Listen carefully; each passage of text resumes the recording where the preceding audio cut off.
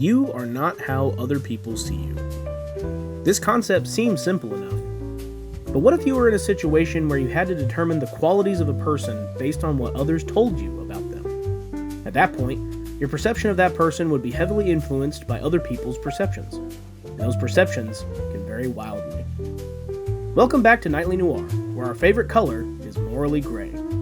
The British noir film The Woman in Question is a great example of how a person can be completely different depending on who you talk to. Directed by Anthony Asquith, The Woman in Question could be argued that it isn't a noir due to some stylistic differences, but it is included in the Criterion British Noir film list, so I feel confident in considering it as a noir film.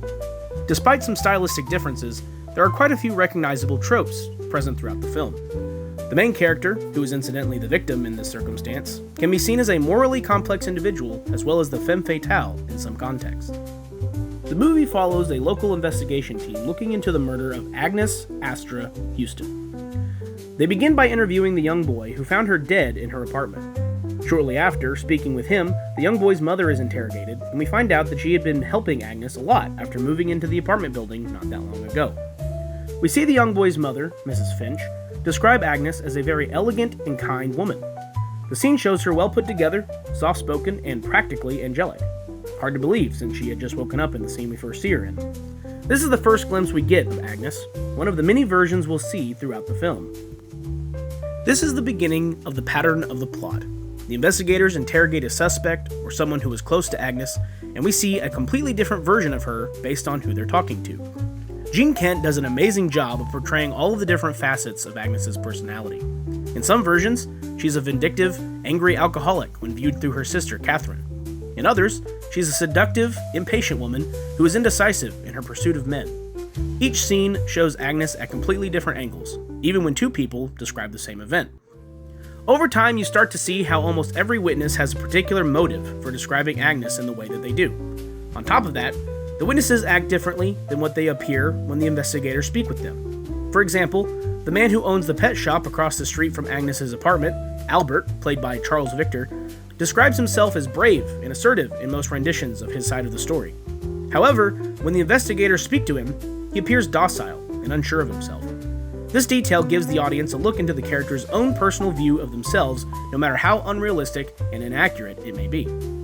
This is very accurate to the real world, as many people have a skewed perception of themselves. Agnes herself is the most complex character of the whole film. This is mostly due to the fact that you never see who she really is. Because she's dead. In one person's testimony, she's a raging alcoholic who is happy about her husband's recent death due to his life insurance policy letting her live off of it for a short time. In another, she's a not-so-devoted girlfriend of a Scottish sailor who comes into the picture much later in the film. There's no way to tell what's accurate and what's been changed due to the specific person's perspective. The beauty of this formula is that even by the end of the film, when the culprit is revealed and arrested, the audience still has no idea who Agnes truly is. All they have to go by is the same information that the investigators are given by every witness. Not to mention, there are several witnesses who all have potential motives to be Agnes's murderer. Take Dirk Bogart's character, Bob Baker, for instance. He falls in love with Agnes's sister, Catherine, played by Susan Shaw, and tries to get Agnes to stop interfering with his divorce so he and Catherine can get married. He also wanted Agnes to be a part of a show he was planning, but Agnes didn't take the role too seriously and never learned her lines, causing Bob to lose a lot of money and opportunities in the future. He also didn't seem too keen on her coming on to him too much, at least based on his testimony he gave to the investigators. Agnes comes on strong based on what he tells the investigators. She sits near him, tries to sit on him, all the while not listening to what he's telling her. When he finally gets firm with her, she gets angry and shoves him out of her room. It's these details that make this film such a joy to watch and see all the different angles of the cast. The soundtrack is fairly standard in its direction. It fits the scenes and adds to the experience without getting in the way. The scenery that's used is nothing special, and there are really only three main areas the movie focuses on. The biggest one is Agnes's apartment building. There are a few rooms shown, including, of course, her bedroom. There is also the investigator's office where they interrogate a few more witnesses.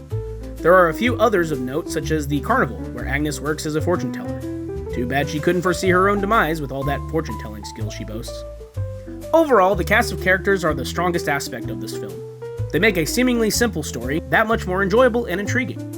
If you're interested in watching this film, I believe it can be seen in the British Film Noir collection on Criterion. And if you've seen this movie before, leave your thoughts on it down in the conversation below. This has been Nightly Noir, and have a good night.